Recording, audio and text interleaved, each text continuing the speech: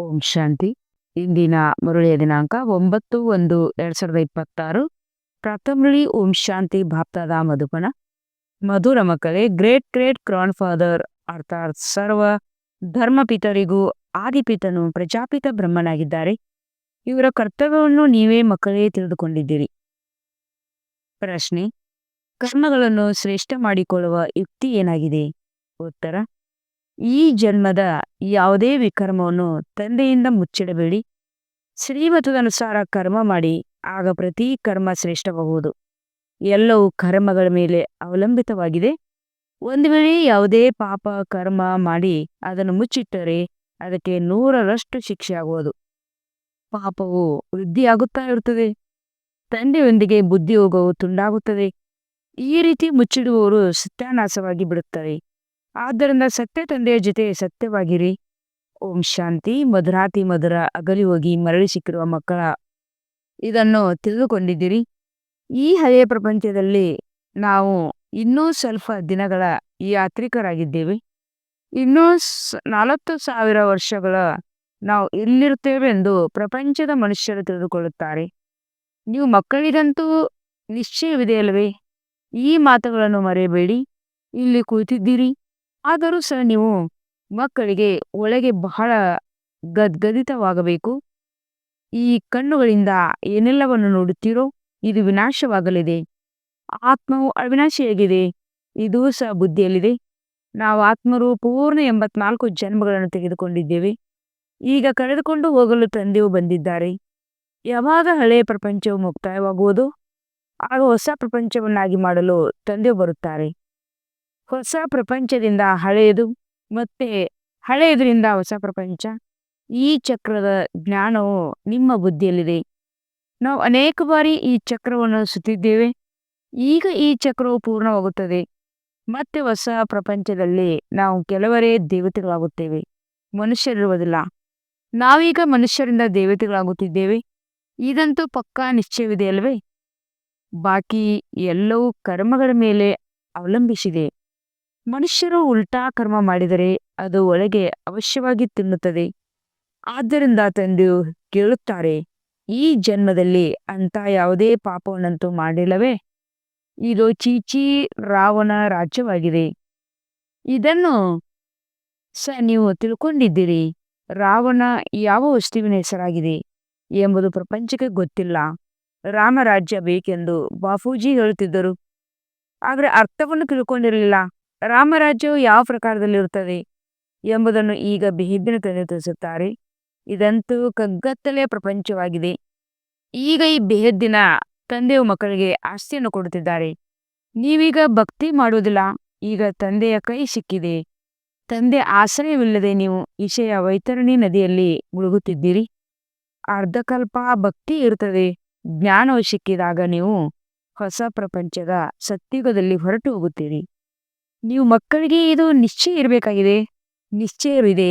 ನಾವು ತಂದೆಯನ್ನು ನೆನಪು ಮಾಡುತ್ತಾ ಮಾಡುತ್ತಾ ಪವಿತ್ರ ಆಗಿಬಿಡುತ್ತೇವೆ ಮತ್ತು ಪವಿತ್ರ ಪ್ರಪಂಚದಲ್ಲಿ ಬರುತ್ತೇವೆ. ಈ ಜ್ಞಾನವೂ ಸಹ ಈಗ ಪುರುಷೋತ್ತಮ ಸಂಗಮ ಯುಗದಲ್ಲಿ ನಿಮಗೆ ಸಿಗುತ್ತದೆ. ಇದು ಪುರುಷೋತ್ತಮ ಸಂಗಮ ಯುಗವಾಗಿದೆ. ನೀವೀಗ ಪತಿತರಿಂದ ಪಾವನರು, ಮುಳ್ಳುಗಳಿಂದ ಹೂಗಳಾಗುತ್ತಿದ್ದೀರಿ. ಯಾರು ಮಾಡುತ್ತಿದ್ದಾರೆ? ತಂದೆಯನ್ನು ಅರಿತಿದ್ದೀರಿ. ಅವರು ನಾವಾತ್ಮರ ಬೇಹದ್ದಿನ ತಂದೆಯಾಗಿದ್ದಾರೆ. ಲೌಕಿಕ ತಂದೆಗೆ ಬೇಹದ್ದಿನ ತಂದೆ ಎಂದು ಹೇಳುವುದಿಲ್ಲ. ಪಾಲುಕಿಕ ತಂದೆಯು ಆತ್ಮಗಳ ಲೆಕ್ಕದಿಂದ ಎಲ್ಲರ ತಂದೆಯಾಗಿದ್ದಾರೆ. ಮತ್ತೆ ಬ್ರಹ್ಮಾರವರ ಪರಿಚಯವೂ ಬೇಕಲ್ಲವೇ? ನೀವು ಮಕ್ಕಳಿಗೆ ಎಲ್ಲರ ಕರ್ತವ್ಯವನ್ನು ಅರಿತುಕೊಂಡಿದ್ದೀರಿ. ವಿಷ್ಣುವಿನ ಕರ್ತವ್ಯವನ್ನು ಅರಿತಿದ್ದೀರಿ. ವಿಷ್ಣು ಎಷ್ಟು ಶೃಂಗರಿಸಲ್ಪಟ್ಟಿದ್ದಾನೆ?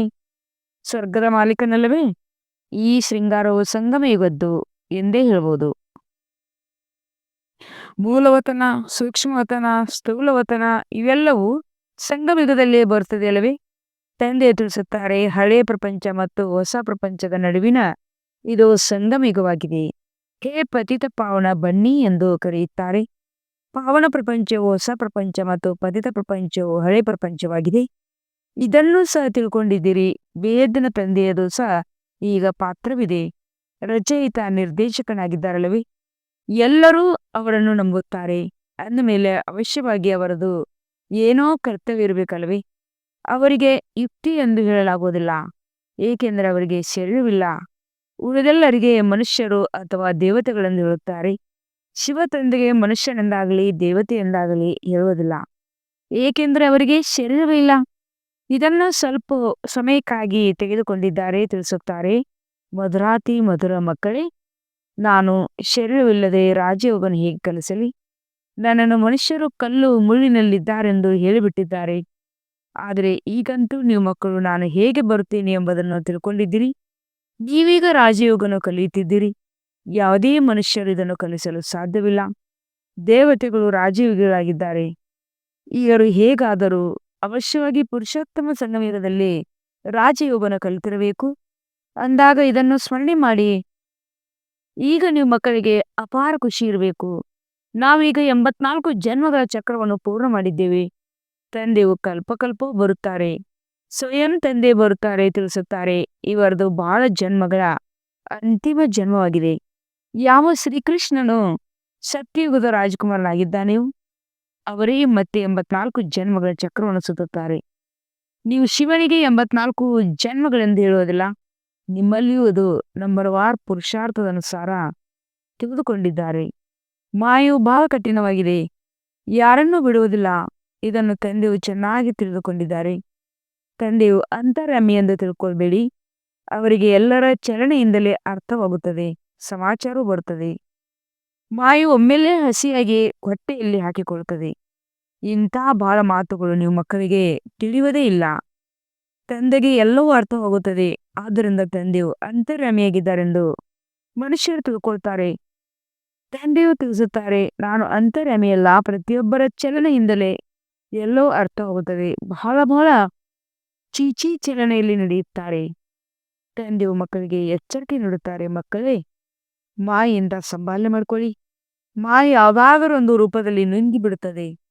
ಬಲೆ ತಂದೆ ತಿಳಿಸುತ್ತಾರೆ, ಆದರೂ ಸಹ ಬುದ್ಧಿಯಲ್ಲಿ ಕುಳಿತುಕೊಳ್ಳುವುದಿಲ್ಲ. ಆದ್ದರಿಂದ ಮಕ್ಕಳು ಬಹಳ ಎಚ್ಚರಿಕೆಯಿಂದಿರಬೇಕಾಗಿದೆ. ಕಾಮ ಮಾ ಶತ್ರುವಾಗಿದೆ, ನಾವು ವಿಕಾರದಲ್ಲಿ ಹೋಗಿದ್ದೇವೆ ಎಂಬುದು ಸಹ ಗೊತ್ತಾಗುವುದಿಲ್ಲ. ಆದ್ದರಿಂದ ತಂದೆ ತಿಳಿಸುತ್ತಾರೆ, ಯಾವುದೇ ತಪ್ಪಲಾಗುತ್ತವೆಂದ ಮುಚ್ಚಿಡಬೇಡಿ, ಸ್ಪಷ್ಟವಾಗಿ ತಿಳಿಸಿ. ಇಲ್ಲದಿದ್ದರೆ 100 ಪಾಪವು ಹೋಗಿ ಬಿಡುವುದು, ಮನಸ್ಸು ತಿನ್ನುತ್ತಿರುವುದು, ಒಮ್ಮೆಲೆ ಬಿದ್ದು ಹೋಗುವಿರಿ. ಸತ್ಯ ತಂದೆಯ ಜೊತೆ ಬಹಳ ಸತ್ಯವಾಗಿರಬೇಕು, ಇಲ್ಲವಾದರೆ ಬಹಳ ಬಹಳ ನಷ್ಟವಾಗುತ್ತದೆ. ಮಾಯು ಈ ಸಮಯದಲ್ಲಿ ಬಹಳ ಕಠಿಣವಾಗಿದೆ. ಇದು ರಾವಣ ಪ್ರಪಂಚವಾಗಿದೆ. ನಾವು ಈ ಹಳೆಯ ಪ್ರಪಂಚವನ್ನೇಕೆ ನೆನಪು ಮಾಡುವರು? ನಾವಂತೂ ಹೊಸ ಪ್ರಪಂಚವನ್ನು ನೆನಪು ಮಾಡಬೇಕು. ಎಲ್ಲಿಗೆ ಈಗ ಹೋಗುತ್ತಿದ್ದೇವೆ?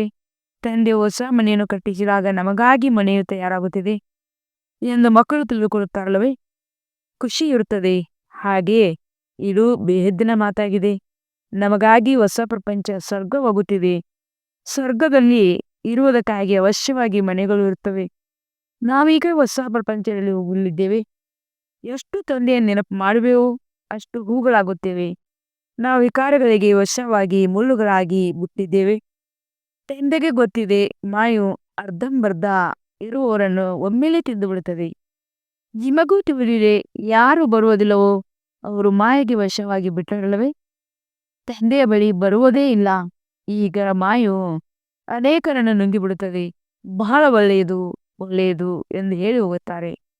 ನಾವು ಹೀಗೆ ಮಾಡುತ್ತೇವೆ, ಹಾಗೆ ಮಾಡುತ್ತೇವೆ, ನಾವಂತೂ ಯಜ್ಞಕ್ಕಾಗಿ ಪ್ರಾಣ ಕೊಡುವುದಕ್ಕಾಗೂ ತಯಾರಾಗಿದ್ದೇವೆ ಎಂದು ಹೇಳುತ್ತಾರೆ. ಆದರೆ ಅವರು ಇಂದೂ ಇಲ್ಲ. ನಿಮ್ಮ ಯುದ್ಧವು ಮಾಯೆ ಜೊತೆ ಇದೆ. ಮಾಯೆಯ ಜೊತೆ ಹೇಗೆ ಯುದ್ಧವಾಗುತ್ತದೆ ಎಂಬುದನ್ನು ಪ್ರಪಂಚದಲ್ಲಿ ಯಾರು ತಿಳ್ಕೊಂಡಿಲ್ಲ. ಈಗ ನಿಮ್ಮ ಮಕ್ಕಳಿಗೆ ತಂದೆಯು ಜ್ಞಾನದ ಮೂರನೇ ನೇತ್ರವನ್ನು ಕೊಟ್ಟಿದ್ದಾರೆ. ಇದರಿಂದ ನೀವು ಅಂಧಕಾರದಿಂದ ಬೆಳಕಿನ ಕಡೆಗೆ ಬಂದು ಬಿಟ್ಟಿದ್ದೀರಿ. ಆತ್ಮಕ್ಕೆ ಈ ಜ್ಞಾನದ ನೇತ್ರವನ್ನು ಕೊಡುತ್ತಾರೆ. ಆದ್ದರಿಂದಲೇ ತಂದೆಯು ತಿಳಿಸುತ್ತಾರೆ, ನೀವು ತಮ್ಮನ್ನು ಆತ್ಮನೆಂದು ತಿಳಿಯಿರಿ. ಬೇದಿನ ತಂದೆಯನ್ನು ನೆನಪು ಮಾಡಿ. ಭಕ್ತಿಯಲ್ಲಿ ನೀವು ನೆನಪು ಮಾಡುತ್ತಿದ್ದಿರಲ್ಲವೇ? ಬಾಬಾ ತಾವು ಬಂದರೆ ಬಲಿಯಾರಿ ಆಗುತ್ತೇವೆಂದು ಹೇಳುತ್ತಿದ್ದೀರಿ. ಹೇಗೆ ಬಲಿಯಾರಿ ಆಗೋದು ಎಂಬುದನ್ನು ತಿಳ್ಕೊಂಡಿರಲಿಲ್ಲ. ಈಗ ನಿಮಗೆ ಅರ್ಥವಾಗಿದೆ. ಹೇಗೆ ನಾವಾತ್ಮರಿದ್ದೀಯೋ ಅದೇ ರೀತಿ ತಂದೆಯೂ ಇದ್ದಾರೆ. ತಂದೆಯದು ಅಲೌಕಿಕ ಜನ್ಮವಾಗಿದೆ. ನೀವು ಮಕ್ಕಳಿಗೆ ಎಷ್ಟು ಚೆನ್ನಾಗಿ ಯೋಚಿಸುತ್ತಾರೆ. ನೀವು ಸಹ ಓದುತ್ತೀರಿ, ಇವರು ಅದೇ ತಂದೆಯಾಗಿದ್ದಾರೆ. ಯಾರು ಕಲ್ಪಕಲ್ಪವೂ ನಮ್ಮ ತಂದೆಯಾಗಿರುತ್ತಾರೆ. ನಾವು ಸಹ ಬಾಬಾ ಬಾಬಾ ಎಂದು ಹೇಳುತ್ತೇವೆ. ತಂದೆಯು ಮಕ್ಕಳೇ ಮಕ್ಕಳೇ ಎಂದು ಹೇಳುತ್ತಾರೆ. ಅವರೇ ಶಿಕ್ಷಕನ ರೂಪದಲ್ಲಿ ರಾಜಯೋಗವನ್ನು ಕಲಿಸುತ್ತಾರೆ. ಮತ್ಯಾರು ರಾಜಯೋಗವನ್ನು ಕಲಿಸಲು ಸಾಧ್ಯವಿಲ್ಲ. ನಿಮ್ಮನ್ನು ವಿಶ್ವದ ಮಾಲೀಕರನ್ನಾಗಿ ಮಾಡುತ್ತಾರೆ. ಅಂದಮೇಲೆ ಇಂತಹ ತಂದೆಗೆ ಮಕ್ಕಳಾಗಿ ಮತ್ತೆ ಅದೇ ಶಿಕ್ಷಕರ ಶಿಕ್ಷಣವನ್ನು ಪಡೆಯಬೇಕಲ್ವೇ? ದಗ್ಧರಾಗಬೇಕು. ಒಂದು ವೇಳೆ ಪತಿತರಾದರೆ ಮತ್ತೆ ಆ ಖುಷಿ ಇರುವುದಿಲ್ಲ. ಬಲೆ ಎಷ್ಟಾದರೂ ತಲೆ ಕೆಡಿಸಿಕೊಳ್ಳಲಿ, ಹೇಗೆ ಅವರು ನಮ್ಮ ಕುಲದವರು ಅಲ್ಲವೇ ಅಲ್ಲ. ಇಲ್ಲಿ ಮನುಷ್ಯರಿಗೆ ಎಷ್ಟೊಂದು ಉಪನಾಮಗಳಿರ್ತವೆ. ನಿಮ್ಮ ಉಪನಾಮಗಳು ನೋಡಿ ಎಷ್ಟು ದೊಡ್ಡದಾಗಿದೆ. ಇವರು ಅತಿ ದೊಡ್ಡ ಗ್ರೇಟ್ ಗ್ರೇಟ್ ಗ್ರಾಂಡ್ ಫಾದರ್ ಬ್ರಹ್ಮ ಆಗಿದ್ದಾರೆ. ಅವರನ್ನು ಯಾರೂ ತಿಳ್ಕೊಂಡಿಲ್ಲ. ಶಿವ ತಂದೆಗಂತೂ ಸರ್ವವ್ಯಾಪಿ ಎಂದು ಹೇಳಿಬಿಟ್ಟಿದ್ದಾರೆ. ಬ್ರಹ್ಮನ ಬಗ್ಗೆಯೂ ಯಾರಿಗೂ ಅರ್ಥವಾಗುವುದಿಲ್ಲ. ಬ್ರಹ್ಮ ವಿಷ್ಣು ಶಂಕರನ ಚಿತ್ರವಿದೆ. ಬ್ರಹ್ಮನನ್ನು ಸೂಕ್ಷ್ಮವತನದಲ್ಲಿ ತೋರಿಸಿದ್ದಾರೆ. ಜಗತ್ತಿನೇನು ತಿಳ್ಕೊಂಡಿಲ್ಲ. ಸೂಕ್ಷ್ಮವತನದಲ್ಲಿ ಬ್ರಹ್ಮನನ್ನು ತೋರಿಸುತ್ತಾರೆ ಅಂದ ಮೇಲೆ ಪ್ರಜಾಪಿತ ಬ್ರಹ್ಮನೆಲ್ಲಿಂದ ಬರುವರು? ಅಲ್ಲಿ ಮಕ್ಕಳನ್ನು ದತ್ತು ಮಾಡಿಕೊಳ್ಳುವರೇ? ಯಾರಿಗೂ ತಿಳಿದಿಲ್ಲ. ಪ್ರಜಾಪಿತ ಬ್ರಹ್ಮನೆಂದು ಹೇಳುತ್ತಾರೆ, ಆದರೆ ಅವರ ಚರಿತ್ರೆಯನ್ನು ತಿಳ್ಕೊಂಡಿಲ್ಲ. ತಂದೆಯು ತಿಳಿಸಿದ್ದಾರೆ, ಇದು ನನ್ನ ರಕವಾಗಿದೆ. ಬಹಳ ಜನ್ಮಗಳ ಅಂತಿಮದಲ್ಲಿ ನಾನು ಇವರನ್ನು ಆಧಾರವಾಗಿ ತೆಗೆದುಕೊಂಡಿದ್ದೇನೆ. ಇದು ಪುರುಷೋತ್ತಮ ಸಂಗಮಯುಗ. ಗೀತಾ ಭಾಗವಾಗಿದೆ. ಈಗ ಪವಿತ್ರತೆಯು ಮುಖ್ಯವಾಗಿದೆ. ಪಠಿತರಿಂದ ಹೇಗೆ ಪಾವನರಾಗಬೇಕು ಎಂದು ಈ ಪ್ರಪಂಚದಲ್ಲಿ ಯಾರಿಗೂ ತಿಳಿದಿಲ್ಲ. ಸಾಧು ಸಂತ ಮೊದಲಾದವರು ಇಂದಿಗೂ ಕೂಡ ದೇಹ ಸಹಿತವಾಗಿ ಎಲ್ಲವನ್ನು ಮರೆಯಿರಿ. ಒಬ್ಬ ತಂದೆಯನ್ನು ನೆನಪು ಮಾಡಿದರೆ ಮಾಯೆ ಎಲ್ಲಾ ಪಾಪ ಕರ್ಮಗಳನ್ನು ಭಸ್ಮವಾಗುತ್ತದೆ ಎಂಬುದನ್ನು ಹೇಳುವುದಿಲ್ಲ. ಯಾವುದೇ ಗುರು ಈ ರೀತಿ ಎಂದು ಹೇಳುವುದಿಲ್ಲ. ತಂದೆ ತಿಳಿಸುತ್ತಾರೆ, ಈ ಬ್ರಹ್ಮನು ಹೇಗಾಗುತ್ತಾರೆ? ಬಾಲ್ಯದಲ್ಲಿಯೇ ಹಳೆಯ ಹುಡುಗನಾಗಿದ್ದರು. 84 ಜನ್ಮಗಳನ್ನು ತೆಗೆದುಕೊಂಡಿದ್ದಾರೆ. ಮೊದಲಿನಿಂದ ಹಿಡಿದು ಅಂತ್ಯದವರೆಗೆ ಅಂದಾಗ ಹೊಸ ಪ್ರಪಂಚವೇ ಮತ್ತೆ ಹಳೆಯದಾಗಿ ಬಿಡುತ್ತದೆ. ಈಗ ನೀವು ಮಕ್ಕಳ ಬುದ್ಧಿಯ ಬೀಗವು ತೆರೆದಿದೆ. ನೀವು ಇದನ್ನು ತಿಳಿದುಕೊಳ್ಳಬಹುದು, ಧಾರಣೆಯನ್ನು ಮಾಡಬಹುದು. ನೀವೀಗ ಬುದ್ಧಿವಂತರಾಗಿದ್ದೀರಿ, ಮೊದಲು ಬುದ್ಧಿಹೀನರಾಗಿದ್ದೀರಿ. ಈ ಲಕ್ಷ್ಮೀನಾರಾಯಣರು ಬುದ್ಧಿವಂತರಾಗಿದ್ದಾರೆ ಮತ್ತು ಇಲ್ಲಿನವರು ಬುದ್ಧಿಹೀನರಾಗಿದ್ದಾರೆ. ಮುಂದೆ ನೋಡಿ, ಇವರು ಸ್ವರ್ಗದ ಮಾಲೀಕರಾಗಲಿಲ್ಲವೇ? ಕೃಷ್ಣನು ಸ್ವರ್ಗದ ಮಾಲೀಕನಾಗಿದ್ದನು. ಮತ್ತೆ ಈಗ ಅಂತಿಮ ಜನ್ಮದಲ್ಲಿ ಸಾಧಾರಣ ವ್ಯಕ್ತಿಯಾಗಿದ್ದಾರೆ. ನೀ ಮಕ್ಕಳು ಇದನ್ನು ಧಾರಣೆ ಮಾಡಿ ಖಂಡಿತ ಪವಿತ್ರರಾಗಬೇಕಾಗಿದೆ. ಮುಖ್ಯವಾದುದು ಪವಿತ್ರತೆಯ ಮಾತಾಗಿದೆ. ಬಾಬಾ ಮಾಯೆ ನಮ್ಮನ್ನು ಬೀಳಿಸಿಬಿಡ್ತು, ಕೂದೃಷ್ಟಿ ಐತೆಂದು ಬರೆಯುತ್ತಾರೆ. ಅದಕ್ಕೆ ತಂದೆಯು ತಿಳಿಸುತ್ತಾರೆ, ತಮ್ಮನ್ನು ಆತ್ಮನೆಂದು ತಿಳಿಯಿರಿ. ನಾವೀಗ ಮನೆಗೆ ಹೋಗಬೇಕಾಗಿದೆ. ತಂದೆಯನ್ನು ನೆನಪು ಮಾಡಬೇಕಾಗಿದೆ. ಸ್ವಲ್ಪ ಸಮಯಕ್ಕಾಗಿ ಶರೀರ ನಿರ್ವಹಣೆಗಾಗಿ ಕರ್ಮ ಮಾಡಿ ಮತ್ತೆ ನಾವು ಹೊರಟು ಹೋಗುತ್ತೇವೆ. ಇವು ಹಳೆಯ ಪ್ರಪಂಚದ ವಿನಾಶಕ್ಕಾಗಿ ಯುದ್ಧವಾಗುತ್ತದೆ. ಅದು ಹೇಗಾಗುತ್ತದೆ ಎಂಬುದನ್ನು ಸಹ ನೀವು ನೋಡಿರುವಿರಿ. ಬುದ್ಧಿಯಿಂದ ತಿಳ್ಕೊಳ್ತೀರಿ. ನಾವು ದೇವತೆಗಳಾಗುತ್ತೇವೆ ಎಂದರೆ ನಮಗೆ ಹೊಸ ಪ್ರಪಂಚವು ಬೇಕು. ಆದ್ದರಿಂದ ವಿನಾಶ ಖಂಡಿತ ಆಗುವುದು. ನಾವು ಶ್ರೀಮತದ ಅನುಸಾರ ನಮ್ಮ ಹೊಸ ಪ್ರಪಂಚವನ್ನು ಸ್ಥಾಪನೆ ಮಾಡುತ್ತಿದ್ದೇವೆ. ತಂದೆಯು ತಿಳಿಸುತ್ತಾರೆ, ನಾನು ನಿಮ್ಮ ಸೇವೆಯಲ್ಲಿ ಉಪಸ್ಥಿತನಾಗಿದ್ದೇನೆ. ನೀವೇ ಒತ್ತಡ ಮಾಡಿದಿರಿ, ನಾವು ಪತಿತರನ್ನು ಪಾವನ ಮಾಡಲು ಬನ್ನಿ ಎಂದು. ಈಗ ನಿಮ್ಮ ಕೂಗಿಗೆ ಓಗೊಟ್ಟು ಬಂದಿದ್ದೇನೆ. ನಿಮಗೆ ಬಹಳ ಸಹಜ ಮಾರ್ಗವನ್ನು ತಿಳಿಸುತ್ತೇನೆ. ಮನ್ಮನಾಭವ ಭಗವಾನ್ ವಾಚಿದೆಯಲ್ವೇ? ಆದರೆ ಅದರಲ್ಲಿ ಕೇವಲ ಕೃಷ್ಣನ ಹೆಸರನ್ನು ಹಾಕಿದ್ದಾರೆ. ತಂದೆಯ ನಂತರ ಕೃಷ್ಣನಾಗಿದ್ದಾರೆ. ಇವರು ಪರಂಧಾಮದ ಮಾಲೀಕರು. ಕೃಷ್ಣನು ವಿಶ್ವದ ಮಾಲೀಕನಾಗಿದ್ದಾನೆ. ಸೂಕ್ಷ್ಮತನದಲ್ಲಂತೂ ಏನೂ ಆಗುವುದಿಲ್ಲ. ಎಲ್ಲರೂ ಇಂಥ ನಂಬರ್ ಕೃಷ್ಣನಾಗಿದ್ದಾರೆ. ಅವನನ್ನು ಬಹಳ ಪ್ರೀತಿ ಮಾಡುತ್ತಾರೆ. ಉಳಿದವರಂತೂ ನಂತರದಲ್ಲಿ ಬಂದಿದ್ದಾರೆ. ಎಲ್ಲರೂ ಸ್ವರ್ಗದಲ್ಲಿ ಹೋಗಲು ಸಾಧ್ಯವಿಲ್ಲ. ಮಧುರಾತಿ ಮಧುರ ಮಕ್ಕಳಿಗೆ ಅಪಾರ ಖುಷಿ ಇರಬೇಕು. ಇಲ್ಲಿ ಕೃತಕ ಖುಷಿಯು ನಡೆಯುವುದಿಲ್ಲ. ಹೊರಗಿನಿಂದ ಭಿನ್ನ ಭಿನ್ನ ಪ್ರಕಾರದ ಮಕ್ಕಳು ಬರುತ್ತಿದ್ದರು. ಎಂದೂ ಪವಿತ್ರ ಆಗುವುದೇ ಇಲ್ಲ. ತಂದೆಯು ತಿಳಿಸಿದರು, ವಿಕಾರದಲ್ಲಿ ಹೋಗುತ್ತೀರೆಂದರೆ ಮತ್ತೆ ಏಕೆ ಬರುತ್ತೀರಿ ಎಂದು. ಅದಕ್ಕೆ ಅವರು ಏನು ಮಾಡುವುದು, ನನಗೆ ಇರಲು ಆಗುವುದಿಲ್ಲ, ಪ್ರತಿನಿತ್ಯವೂ ಬರುತ್ತೇನೆ. ಬಹುಶಃ ಯಾವಾಗಲಾದರೂ ಅಂತ ಬಾಣವು ನಾಟಿ ಬಿಡುವುದೇನು, ತಾವಲ್ಲದೆ ಇನ್ಯಾರು ಸದ್ಗತಿ ಮಾಡುತ್ತಾರೆಂದು ಹೇಳುತ್ತಿದ್ದರು. ಬಂದು ಕುಳಿತು ಬಿಡುತ್ತಿದ್ದರು. ಮಾಯು ಬಹಳ ಪ್ರಬಲವಾಗಿದೆ. ತಂದೆಯು ನಮ್ಮನ್ನು ಪತಿತರಿಂದ ಪಾವನ ಹೂಗಳನ್ನಾಗಿ ಮಾಡುತ್ತಾರೆಂಬುದ ನಿಶ್ಚಯವೂ ಇದೆ. ಆದರೆ ಏನ್ ಮಾಡುವುದು? ಸತ್ಯವನ್ನು ಒಯ್ಯುತ್ತಿದ್ದರು. ಈಗ ಅವರು ಸುಧಾರಣೆಯಾಗಿರಬೇಕು. ಇವರ ಮೂಲಕವೇ ನಾವು ಸುಧಾರಣೆ ಆಗುತ್ತಿದ್ದೇವೆಂದು ಅವರಿಗೆ ಈ ನಿಶ್ಚಯವಿತ್ತು. ಈ ಸಮಯದಲ್ಲಿ ಎಷ್ಟೊಂದು ಮಂದಿ ಪಾತ್ರಧಾರಿಗಳಿದ್ದಾರೆ. ಒಬ್ಬರ ಮುಖ ಲಕ್ಷಣಗಳು ಇನ್ನೊಬ್ಬರಿಗೆ ಹೋಲುವುದಿಲ್ಲ. ಮತ್ತೆ ಕಲ್ಪದ ನಂತರ ಅದೇ ಮುಖ ಲಕ್ಷಣಗಳಿಂದ ಪಾತ್ರವನ್ನು ಪುನರಾವರ್ತಿಸಿ ಆತ್ಮಗಳೆಲ್ಲರೂ ನಿಗದಿತವಾಗಿರುತ್ತಾರಲ್ಲವೇ? ಎಲ್ಲಾ ಪಾತ್ರಧಾರಿಗಳು ಬಹಳ ನಿಖರವಾಗಿ ಪಾತ್ರವನ್ನು ಅಭಿನಯಿಸುತ್ತಾ ಇರುತ್ತಾರೆ. ಸ್ವಲ್ಪವೂ ಅಂತರವಾಗಲು ಸಾಧ್ಯವಿಲ್ಲ. ಎಲ್ಲಾ ಆತ್ಮರು ಅವಿನಾಶಿಯಾಗಿದ್ದಾರೆ. ಅವರಲ್ಲಿ ಅವಿನಾಶಿ ಪಾತ್ರವು ನಿಗದಿಯಾಗಿದೆ. ಎಷ್ಟೊಂದು ತಿಳಿಸುವ ಮಾತುಗಳಾಗಿವೆ. ಮಕ್ಕಳಿಗೆ ಎಷ್ಟೊಂದು ತಿಳಿಸುತ್ತೇನೆ, ಆದರೂ ಮರೆತು ಹೋಗುತ್ತಾರೆ. ಮತ್ತೆ ಅನ್ಯರಿಗೆ ತಿಳಿಸಲು ಆಗೋದಿಲ್ಲ. ಇದು ಸಹ ಡ್ರಾಮಾದಲ್ಲಿ ಆಗೋದಿದೆ. ಪ್ರತಿ ಕಲ್ಪ ರಾಜಧಾನಿಯಂತೂ ಸ್ಥಾಪನೆಯಾಗಲೇಬೇಕಾಗಿದೆ.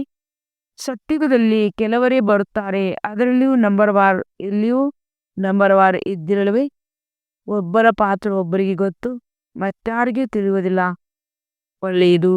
ಮಧುರಾತಿ ಮಧುರ ಅಗಲಿ ಹೋಗಿ ಮರಳಿ ಸಿಕ್ಕಿರುವ ಮಕ್ಕಳ ಪ್ರತಿ ಮಾರ್ಪೀತ ಬಾಪ್ತಾದರ ನೆನಪು, ಪ್ರೀತಿ ಹಾಗೂ ಸುಪ್ರಭಾತ. ಆತ್ಮಿಕ ಮಕ್ಕಳಿಗೆ ಆತ್ಮಿಕ ತಂದೆ ನಮಸ್ತೆ. हम रूहानी बच्चों की रूहानी बाप दादा को याद प्यार और गुड मॉर्निंग और नमस्ते नमस्ते नमस्ते. शुक्रिया बाबा शुक्रिया. वहाँ ಬಾಬಾ ವಹಾ. ಧಾರ್ಮಿಕರಿಗೆ ಮುಖ್ಯ ಸಾರ 1ನೇ ಪಾಯಿಂಟ್ ಆಗಿದೆ. ಸತ್ತ ತಂದೆಯ ಜೊತೆ ಸದಾ ಸತ್ಯವಾಗಿರಬೇಕಾಗಿದೆ. ತಂದೆಯ ಮೇಲೆ ಸಂಪೂರ್ಣ ಬಲಿಹಾರಿಯಾಗಬೇಕಾಗಿದೆ. 2ನೇ ಪಾಯಿಂಟ್. ಜ್ಞಾನವನ್ನು ಧಾರಣೆ ಮಾಡಿ ಬುದ್ಧಿವಂತರಾಗಬೇಕು. ಅಂತರಾಳದಿಂದ ಜಿಗಿರಿ ಖುಷಿಯಲ್ಲಿರಬೇಕಾಗಿದೆ. ಶ್ರೀಮತಕ್ಕೆ ವಿರುದ್ಧವಾಗಿ ಯಾವುದೇ ಕೆಲಸವನ್ನು ಮಾಡಿ ಖುಷಿಯನ್ನು ಕಳೆದುಕೊಳ್ಳಬಾರದು. ವರದಾನ್. ಡ್ರಾಮಾದ ಪ್ರತಿಯೊಂದು ಜ್ಞಾನರತ್ನಗಳ ಅನುಭವ ಮೂಲಕ ಸದಾ ಸಾಕ್ಷಿತನ ಸ್ಥಿತಿಯಲ್ಲಿ ಇರುವಂತಹ ಅಚಲ್ ಅನುಭವ. ಯಾರು ಡ್ರಾಮಾದ ಮಾತಿನಲ್ಲಿ ಅನುಭವಿಯಾಗಿದ್ದಾರೆಯೋ ಅವರು ಸದಾ ಸಾಕ್ಷಿತನ ಸ್ಥಿತಿಯಲ್ಲಿ ಸ್ಥಿತರಾಗಿದ್ದು ಏಕರಸ ಹಾಗೂ ಅಚಲ್ ಅಡಲ್ ಸ್ಥಿತಿಯ ಅನುಭವವನ್ನು ಮಾಡುತ್ತಾರೆ. ಡ್ರಾಮಾದ ಮಾತಿನ ಅನುಭವಿ ಆತ್ಮನೆಂದಿಗೂ ಕೆಡುಕಿನಲ್ಲಿಯೂ ಕೆಡುಕನ್ನು ನೋಡದೆ ಒಳಿತನ್ನೇ ನೋಡುವನು. ಅರ್ಥಾತ್ ಸ್ವಕಲ್ಯಾಣದ ಮಾರ್ಗವು ಕಾಣಿಸುವುದು, ಕಲ್ಯಾಣದ ಕಾಟವು ಸಮಾಪ್ತಿಯಾಯಿತು. ಕಲ್ಯಾಣಕಾರಿ ತಂದೆಯು ಮಕ್ಕಳಾಗಿದ್ದೇವೆ. ಇದು ಕಲ್ಯಾಣಕಾರಿ ಯುಗವಾಗಿದೆ ಎಂಬ ಈ ಜ್ಞಾನ ಹಾಗೂ ಅನುಭವ ಅಧಿಕಾರದಿಂದ ಅಚಲ ಅಡಲರಾಗಿರಿ. ಸ್ಲೋಗನ್ ಆಗಿದೆ. ಯಾರು ಸಮಯವನ್ನು ಅಮೂಲ್ಯವೆಂದು ತಿಳ್ಕೊಂಡು ಸಫಲ್ ಮಾಡುವರು ಅವರು ಸಮಯದಲ್ಲಿ ಮೋಸಕ್ಕೊಳಗಾಗುವುದಿಲ್ಲ. ಅಗತ್ಯ ಸೂಚನೆಗಳು. ಈ ಅಗತ್ಯ ಮಾಸದಲ್ಲಿ ಬಂಧನ ಮುಕ್ತರಾಗಿ ಜೀವನ್ಮುಕ್ತ ಸ್ಥಿತಿಯ ಅನುಭವ ಮಾಡ್ರಿ. ಜ್ಞಾನ ಖಜಾನೆಯ ಮೂಲಕ ಈಗಲೇ ಮುಕ್ತಿ ಜೀವನ್ಮುಕ್ತಿಯ ಅನುಭವ ಮಾಡಬೇಕಾಗಿದೆ. ಯಾವುದೇ ದುಃಖ ಅಶಾಂತಿಯ ಕಾರಣವಾಗಿರುವ ವಿಕಾರಗಳಿಂದ ಸಂಪೂರ್ಣ ಮುಕ್ತರಾಗಬೇಕು. ಒಂದು ವೇಳೆ ವಿಕಾರಗಳು ಬರುತ್ತಿದ್ದರೂ ಸಹ ವಿಜಯಗಳಾಗಬೇಕು. ಸೋಲನ್ನೇ ಸ್ವೀಕರಿಸಬಾರದು. ಅನೇಕ ವ್ಯರ್ಥ ಸಂಕಲ್ಪಗಳು, ಅನೇಕ ವ್ಯರ್ಥ ವಿಕಲ್ಪಗಳು, ವ್ಯರ್ಥ ವಿಕರ್ಮಗಳಿಂದ ಮುಕ್ತರಾಗುವುದು ಇದೇ ಜೀವನ್ಮುಕ್ತ ಸ್ಥಿತಿ. ಓಂ ಶಾಂತಿ.